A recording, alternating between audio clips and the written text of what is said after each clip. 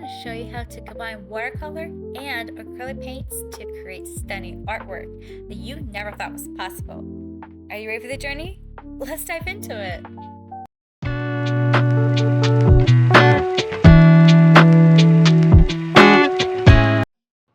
Hi there, my Shacklings. It's your girl Ashley again. I just want to say thank you guys so much for tuning in for today's video.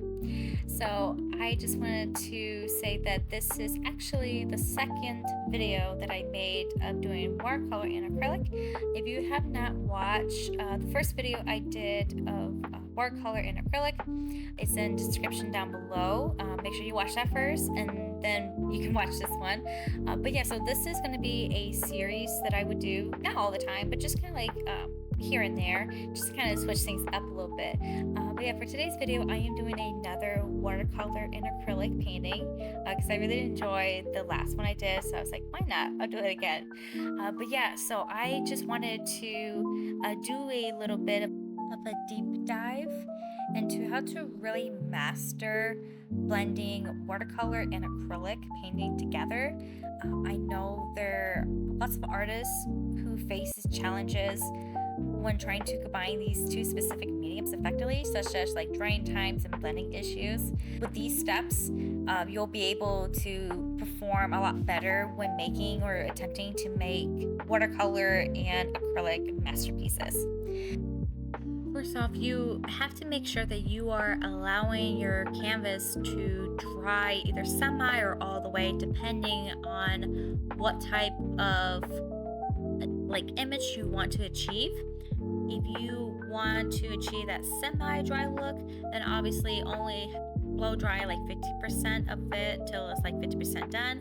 Or if you do not want to do that, you want it completely dry, obviously completely dry until, you know, when you touch it, it's like dry to the touch. So like I said, in certain instances, you can actually manipulate the watercolor itself by moving the direction of the blow dryer.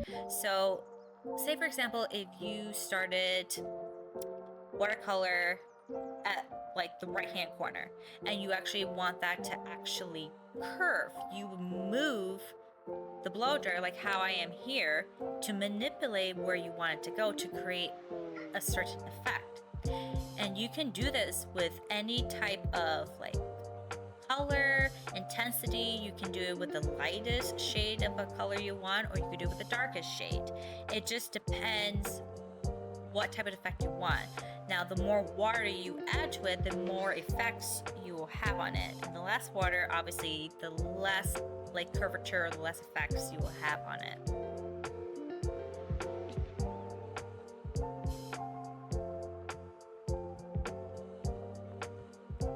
The thing is to make sure that you are properly washing your brushes. Now, it is very easy to kind of contaminate and mix your watercolor with your acrylics.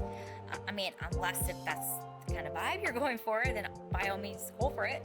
But for those who do not want to go for the type of vibe, make sure you are washing it with water, drying it out properly, either like on your apron or paper towel or something like that, anything would do. And another thing is to make sure that you are doing layers. For those who really want to have that vibrant, popped out background, I would recommend doing like another layer or so of the actual watercolor itself, because if you really think about it, the actual watercolor itself is diluted paint. That's what watercolor is diluted paint.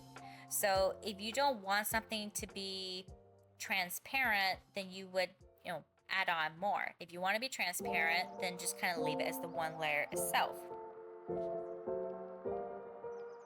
Another awesome thing you can actually do to watercolor with acrylics is to just use different tools like sponges, combs, forks, palette knives, anything you can think of as a tool to kind of incorporate into your artwork, do it.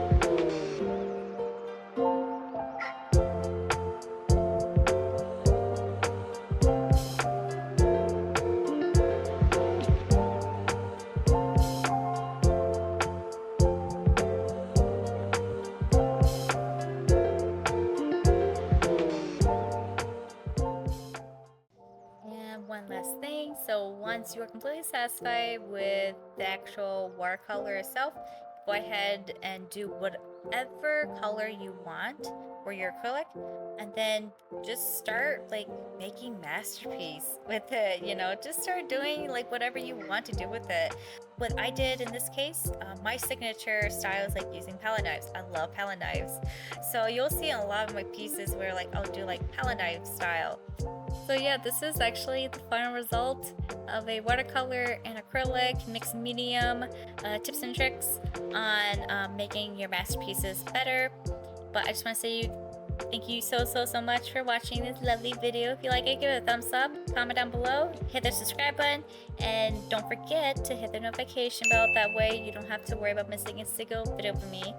Remember, be bold, be abstract, be your abstract selves, and I'll see you guys in the next video. Have a good one.